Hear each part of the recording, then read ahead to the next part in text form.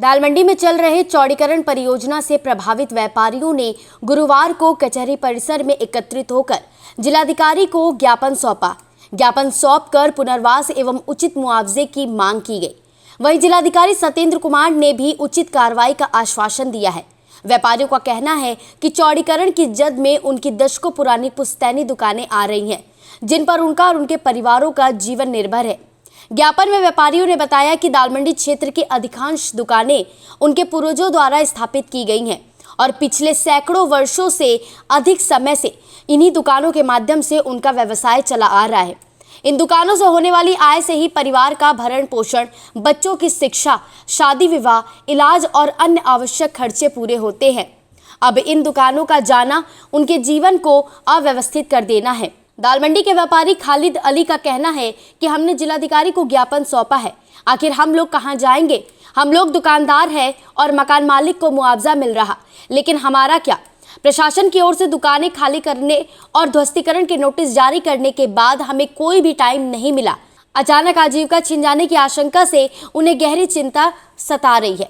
DM office में आए थे उनको ज्ञापन देने के लिए कि हम लोग दुकानदार व्यापारी भाई कहाँ जाएंगे।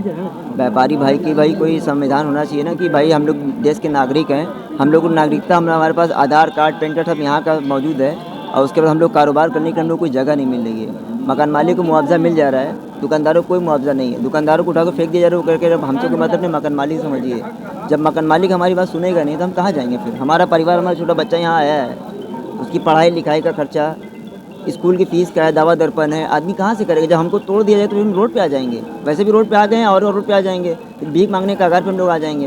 जो मंदिर मस्जिद बन रही हम लोग फिर वहाँ बैठेंगे, बैठ के मांगेंगे भाई हम लोग दो, क्या करेंगे? हमारे पास कोई रोजगार है नहीं। तो आप दुकानदार हैं या मालिक? नहीं, दुकानदार हैं। वहीं दालमंडी के एक अन्य व्यापारी व अधिवक्ता कायनात वारसी ने बताया कि मेरी खुद की 3 दुकान दालमंडी में है जो ध्वस्तीकरण की कार्रवाई में जा रही है।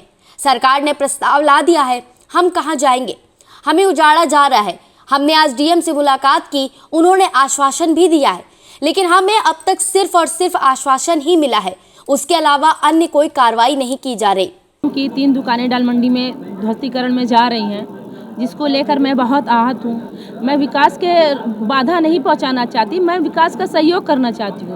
मैं विकास के सहयोग में भी हूँ, मगर विकास करने का ये मतलब नहीं है कि आप किसी के रोजी रोजगार को बिल्कुल उजाड़ दीजिए और अपना आप रास्ता लेने के लिए आप उसको स्थापित भी नहीं कहीं करिए, उसको मुआवजा भी मत दीजिए, तो वो कहाँ जाएगा? मेरी स्वयं की दुकान, मेरा तो कोई भाई भी नहीं है, हम 5 बहनें हैं, हमारा रोजी रोजगार कहाँ से चलेगा? हमारी जीविकापार्जन कहाँ से चलेगी? विकास होता है, जीविकापार्जन अगर उस प्रभावित होता है तो वहाँ सुपर सीड काम करता है, मगर ये लोग बिल्कुल कॉन्स्टिट्यूशन के परे मनमानी तरीके से अपना काम कर रहे हैं। बिल्कुल तानाशाह बना दिया है, हम लोग को बिल्कुल रोड पर लाकर छोड़ दिया है। आपके जो समझ में आए करो, दुकान खाली करो। हम कहाँ जाएं? हम किससे अपनी गुहार लगाएं?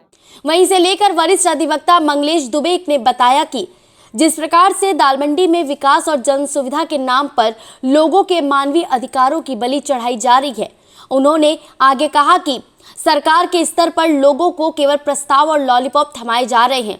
जिस तरह से दालमंडी से लोगों को बेदर्दी से निकाला जा रहा है, उनके साथ जो व्यवहार किया जा रहा है, उनकी दुकानें छीनी जा रही हैं, वह मानवाधिकार और भारतीय संविधान के खिलाफ है। और जन सुविधा के नाम पर लोगों के मानवीय अधिकारों की बलि चढ़ाई जा रही है, उसको अनदेखा करके बुरी तरह से बिल्कुल जंगल राज बना करके बुलडोजर संस्कृति फैलाई जा रही है। हमारी सरकार से ये मांग है कि निसंदेह वो विकास करें।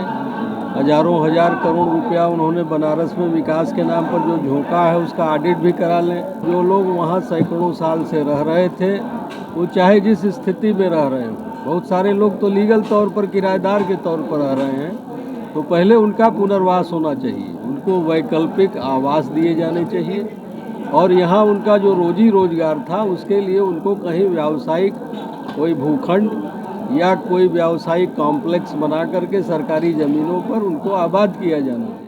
व्यापारियों ने स्पष्ट मांग की है कि किसी भी प्रकार की ध्वस्तीकरण कार्रवाई से पहले उन्हें वैकल्पिक स्थान पर पुनर्स्थापित किया जाए अथवा उचित मुआवजा और आर्थिक सहायता प्रदान की जाए। उनका कहना है कि बिना पुनर्वास और या मुआवजे के उनकी आजीविका का एकमात्र साधन समाप्त हो जाएगा।